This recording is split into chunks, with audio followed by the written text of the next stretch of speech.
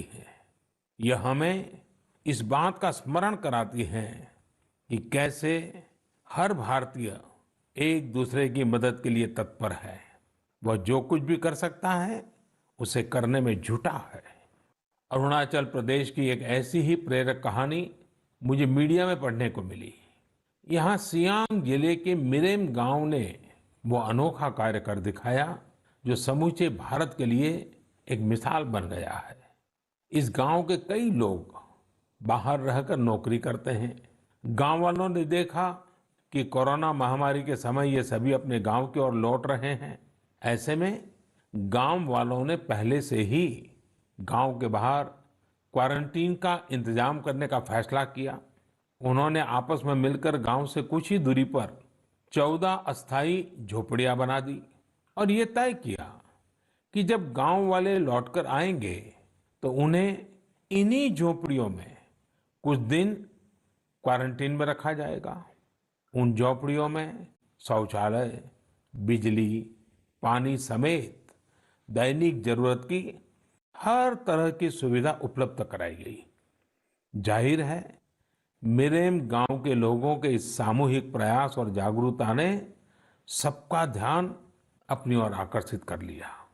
साथियों, हमारे यहाँ कहा जाता है, स्वभावम न जहाति एव साधु आपदगतो भी सन कर्पूरः पावक स्पृष्टः सौरभम लभते तराम। अर्थात जैसे कपूर आग में तपने पर भी अपनी सुगंध नहीं छोड़ता, वैसे ही अच्छे लोग आपदा में भी अपने गुण, अपना स्वभाव नहीं छोड़ते। आज हमारे देश की जो श्रम शक्ति है, जो श्रमिक साथी हैं, वो भी इसका जीता जागता उदाहरण है।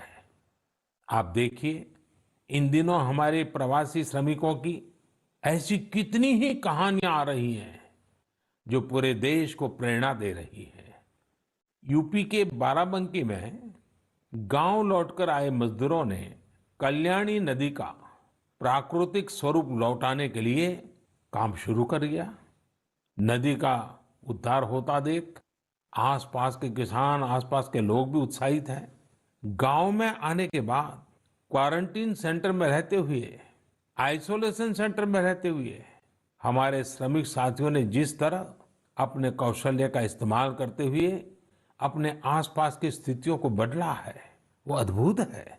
लेकिन साथियों, ऐसे कितने ही किस्से, कहानियां देश के लाखों गांवों के हैं जो हम तक नहीं पहुंच पाए हैं। जैसा हमारे देश का स्वभाव है, मुझे विश्वास है साथियों कि आपके गांव में भी, आपके आसपास भी ऐसी अनेक घटनाएं घटी होगी। अगर आपके ध्यान में ऐसी बात आई है तो आप ऐसी प्रेरक घटना को मुझे जरूर लिखिए। संकट के इस समय में ये सकारात्मक घटनाएं, ये कहानियां औरों को भी प्रेरणा देगी। मेरे प्यारे देशवासियों, कोरोना वायरस ने निश्चित रूप से हमारे जीवन जीने के तरीकों में बदलाव ला दिया है।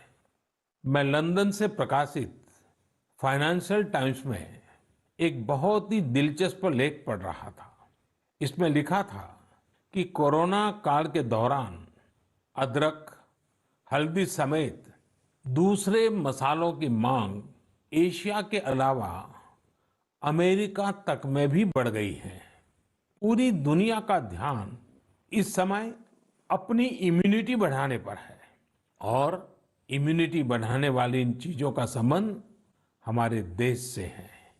हमें इनकी खासियत विश्व के लोगों को ऐसी सहज और सरल भाषा में बतानी चाहिए जिसे वे आसानी से समझ सकें और हम एक हेल्दियर प्लेनेट बनाने में अपना योगदान दे सकें।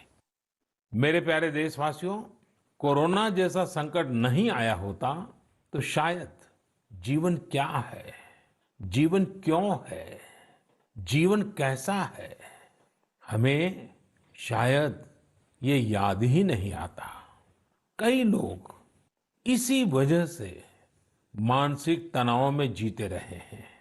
तो दूसरी ओर लोगों ने मुझे ये भी शेयर किया है कि कैसे लॉकडाउन के दौरान खुशियों के छोटे-छोटे पहलू भी उन्होंने जीवन में रीडिस्कवर किए हैं। कई लोगों ने मुझे पारंपरिक इंडोर गेम्स खेलने और पूरे परिवार के साथ उसका आनंद लेने के अनुभव भेजे हैं।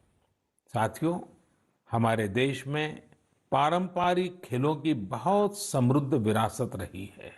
जैसे आपने एक खेल का नाम सुना होगा, पचीसी।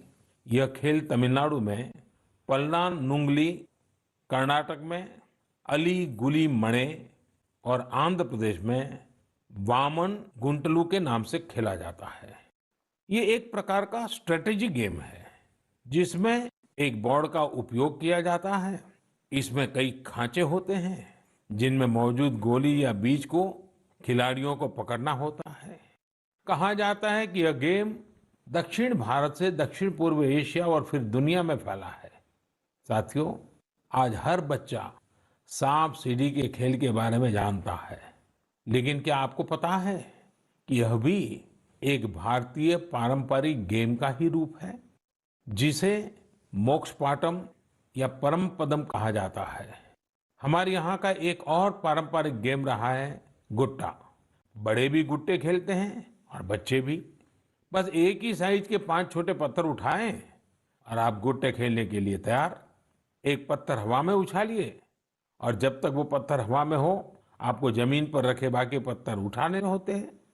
आम तौर पर हमारे यहाँ इंडोर खेलों में कोई बड़े साधनों की जरूरत नहीं होती है।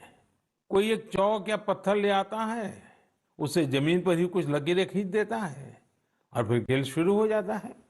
जिन खेलों में डाइस की जरूरत पड़ती है, कौड़ियों से या इमली के बीज से भी काम चल जाता है।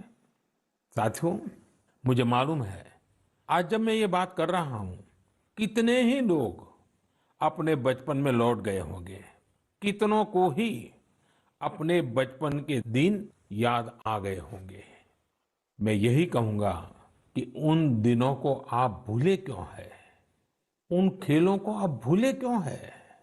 मेरा घर के नाना नानी, दादा दादी, घर के बुजुर्गों से आग्रह है कि नई पीढ़ी में ये खेल आप अगर ट्रांसफर नहीं करेंगे तो कौन करेगा?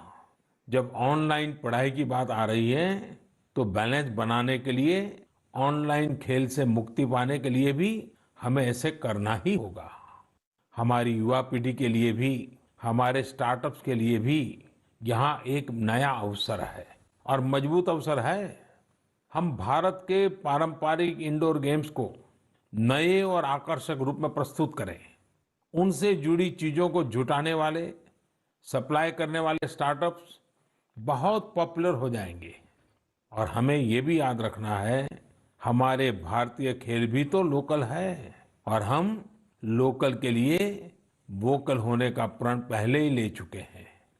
और मेरे बाल सखा मित्रों, हर घर के बच्चों से, मेरे नन्हे साथियों से भी आज मैं एक विशेष आग्रह करता हूं।